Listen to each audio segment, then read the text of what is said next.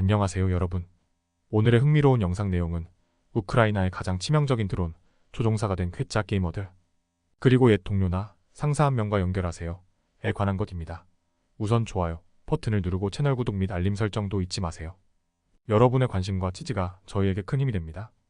첫 영상은 우크라이나 전쟁에서 독특한 역할을 맡고 있는 드론 조종사들의 이야기를 준비했습니다. 이 콘텐츠는 월스트리트 저널의 기사를 바탕으로 제작되었습니다. 전통적인 군인 이미지와는 다른 이들이 첨단 기술을 활용해 전장에서 러시아군의 진격을 막고 있다는 사실 궁금하지 않으신가요? 자, 그럼 우크라이나의 드론 조종사들이 전장에서 어떻게 활약하고 있는지 시작해볼까요? 우크라이나에서는 게이머 출신의 군인들이 드론을 사용하여 전투에 참여하고 있습니다. 이들은 저렴한 드론에 폭발물을 장착하여 러시아의 전차와 보병을 공격하는 방식으로 러시아군의 전진을 효과적으로 저지하고 있습니다. 기사에서 소개된 우크라이나 드론 조종사 올렉산드르 다우노는 변소 안에 숨어있는 러시아 병사를 드론으로 발견하고 작은 드론을 통해 폭발물을 투하하여 적을 무력화했습니다.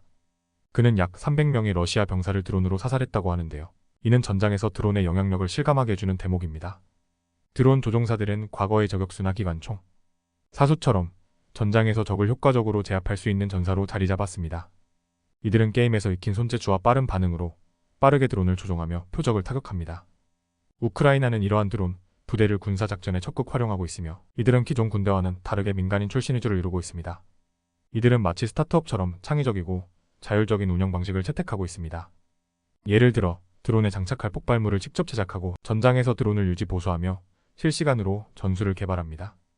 FPV 1인칭 시점의 약자로 드론 조종사가 고글을 착용해 드론의 시야로 직접 조종할 수 있는 방식은 폭발물을 장착해 최대 9파운드의 폭발력을 전달할 수 있습니다.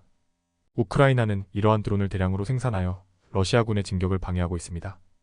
FPV 드론은 가격도 저렴해 매달 수만 대가 생산되며 조종사들은 정밀한 공격으로 러시아군의 전진을 저지하고 있습니다. 드론 부대인 클리어 아이즈는 상업용 드론을 무기로 개조하여 러시아의 움직임을 정밀하게 추적하고 있습니다. 이들은 드론을 통해 러시아의 탱크와 보병을 공격해 러시아군이 돌파구를 마련하지 못하도록 막고 있습니다.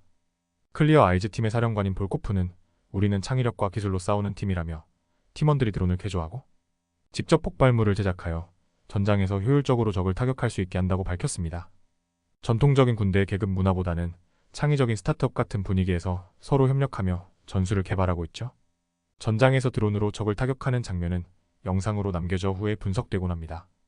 드론 조종사들은 화면을 통해 직접 공격 장면을 목격하는데요. 이는 게임과는 달리 실감나는 충격을 가져옵니다. 다우노는 적이 두려움에 떨다가 체념하는 모습을 본다며 전장에서의 잔혹한 현실을 묘사했습니다. 우크라이나는 드론을 통해 공중전의 새로운 패러다임을 열었습니다. 이들은 신속하고 민첩하게 적을 타격할 수 있는 드론을 무기로 활용하며 적의 전진을 막고 있습니다. 기사에서는 이러한 드론 조종사들이 그들의 전략을 발전시키고 창의적인 방식을 통해 더욱 강력한 무기를 제작하고 있다고 전합니다. 이처럼 우크라이나의 드론 조종사들은 기술과 창의력을 바탕으로 새로운 형태의 전쟁을 이끌어가고 있습니다. 드론을 이용한 전투 방식은 현대 전장에서 중요한 역할을 하며 앞으로도 이러한 기술의 발전이 전쟁 양상을 바꿔놓을 것입니다. 다음 영상은 오랫동안 연락하지 않은 직장 동료나 상사와 다시 연락하는 방법에 대해 이야기해볼까 합니다. 월스트리트 저널의 가이드를 바탕으로 한 이 콘텐츠는 여러분이 과거의 인맥을 다시 연결해 경력을 더 풍부하게 만드는데 도움을 줄 수 있을 거예요. 먼저 왜 다시 연락하고 싶은지 스스로에게 물어보세요. 새로운 직업을 찾기 위한 것인지, 다른 산업으로 전환하는 방법에 대한 조언을 구하기 위함인지, 아니면 멘토를 찾고자 하는 것인지 목표를 명확히 해야 합니다. 이렇게 이유가 확실할수록 연결하는 과정에서 목적에 맞는 대화를 나누기 쉽습니다. 오랫동안 연락이 없었지만 그동안의 공백에 대해 지나치게 사과할 필요는 없습니다. 워싱턴 DC의 경영 코치 미셸 우드워드는 과거의 기억 같은 제목으로 이메일을 시작하라고 제안합니다. 또는 오늘 문득 생각나서 연락하게 됐어요. 와 같이 가볍게 시작해보세요. 예를 들어 예전에 같이 점심 먹으러 갔던 중식당에 갔는데 그때가 생각났어요. 와 같이 개인적인 이야기를 섞으면 좋습니다. 이전 직장 동료의 근황을 완전히 알지 못할 수 있습니다. 링크틴에서 정보를 미리 확인했더라도 상대의 변화를 인정하는 태도가 중요합니다. 예를 들어 마지막으로 이야기한 이후로 많은 변화가 있었겠죠? 아직도 환경법을 연구하고 계신가요?